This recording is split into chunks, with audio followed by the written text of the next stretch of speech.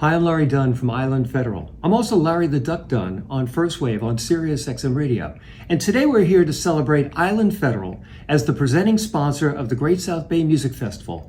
Great South Bay in Patchogue is celebrating its 15th anniversary as a festival. So we're here to celebrate the 15 magical musical moments on Long Island. On August 15, 1965, the Beatles played Shea Stadium to over 55,000 screaming fans. It was the largest capacity they've ever had at Shea Stadium. The film was actually created from 43 minutes of footage into a 50-minute film. The band was introduced by Ed Sullivan. Long in memory, the Beatles at Shea Stadium will always be remembered one of the greatest musical moments in New York musical history. In 1980, Pink Floyd released the double record set, The Wall. They only did 9 performances of The Wall. 2 were in London, 2 were in LA, and 5 were at the Nassau Coliseum in Uniondale, New York. The first night was February 1st, 1980. I was there. This is my backstage pass. What was memorable about the show was in 2 parts. Part 1, the roadies built bricks to the ceiling of the Nassau Coliseum. They took an intermission, and then the bricks came crashing down in the second set. From the footage of those 9 shows, they created the movie The Wall. On March 9th, 1968, Jimi Hendrix played Stony Brook University. Opening for the band was the prog rock band The Soft Machine. In his set list, he played Purple Haze, Red House, Wild Thing, and Hey Joe. In 1956, a great venue was built called the Westbury Music Fair in Westbury, Long Island. Many bands and many comedians have performed there. The Doors performed there on March 9th, 1968. The Doors played 2 shows. One was an afternoon show and the other was an evening show.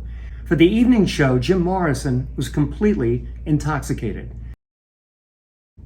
In October of 1980, U2 released their first album called Boy.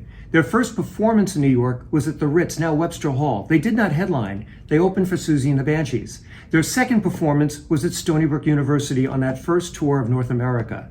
On their second tour of North America, they released the album October and played the legendary nightclub, the Malibu nightclub in Lido Beach. It was a live WLIR broadcast on December 13, 1981, the last night of the tour. I was there. The club was packed and it became one of the biggest bootlegs of all time. The band told me that they personally remembered the show and revered it, and they said so on the third tour of North America at the Nassau Coliseum on the War Tour. After Peter Frampton left the band Humble Pie, he was a solo artist and he played the Comac Arena on August 24th, 1975. From that recording, one of the greatest live albums of all time was put out. It was called Frampton Comes Alive. It went to #1 in America in April of 1976. The Nassau Coliseum was built in 1972 in Uniondale, New York. Elvis Presley played there in 1973 and 1975.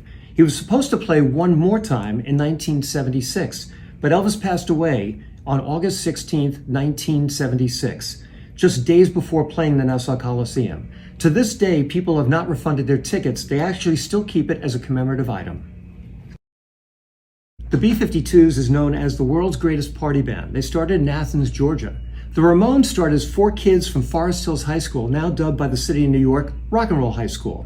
Their first album was produced in 1976. It took 7 days to record and only $7,000 to make it.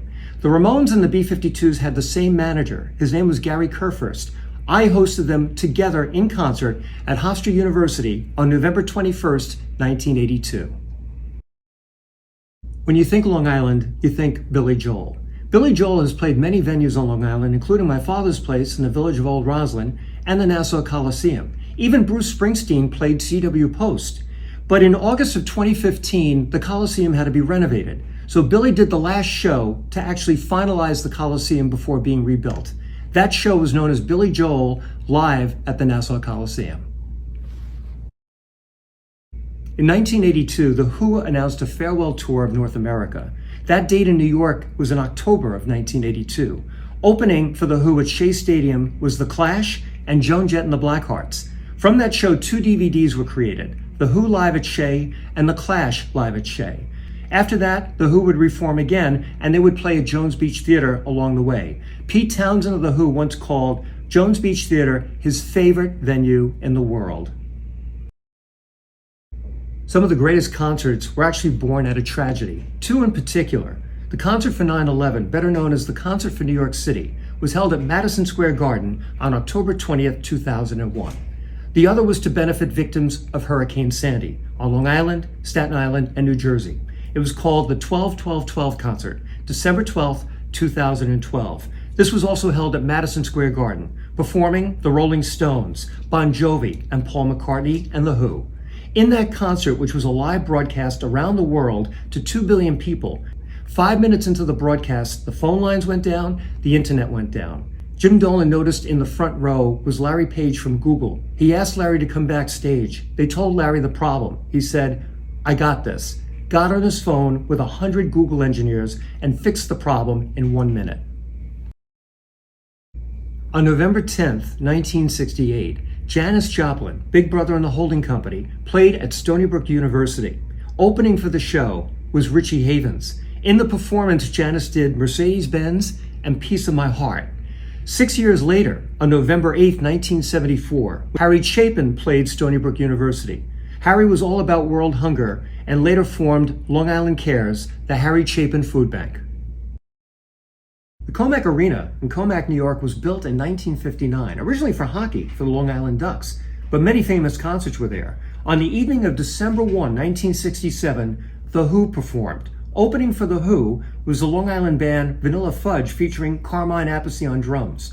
The Who put on an amazing performance, and this was 2 years before the album Tommy came out. In that performance, Pete Townsend smashed his blue Stratocaster, which became his signature. Keith Moon destroyed his drum set, and the fans waited outside to get the band's equipment and outfits. On October 7th, 1966, there was an amazing concert at Stony Brook University. It was The Byrds, featuring Gene Clark and David Crosby. David would later go on to be Crosby, Stills, Nash & Young. While students at Stony Brook University in the 60s, a band was formed called Soft White Underbelly. They would later become Blue Oyster Cult. They played My Father's Place in the village of Old Roslyn on February 8th, 1972. Led Zeppelin played the New York State Pavilion for 2 nights, August 29th and August 30th, 1969. For the second show, Buddy Guy opened for the band. But at that second performance, it was the first time Jimmy Page used a bow on his guitar, a violin string bow. That became synonymous with him going forward. Don't forget to purchase your tickets to Island Federal Presents the Great South Bay Music Festival in Patchogue, July 20th through 23rd. Head to GreatSouthBayMusicFestival.com to grab your tickets today.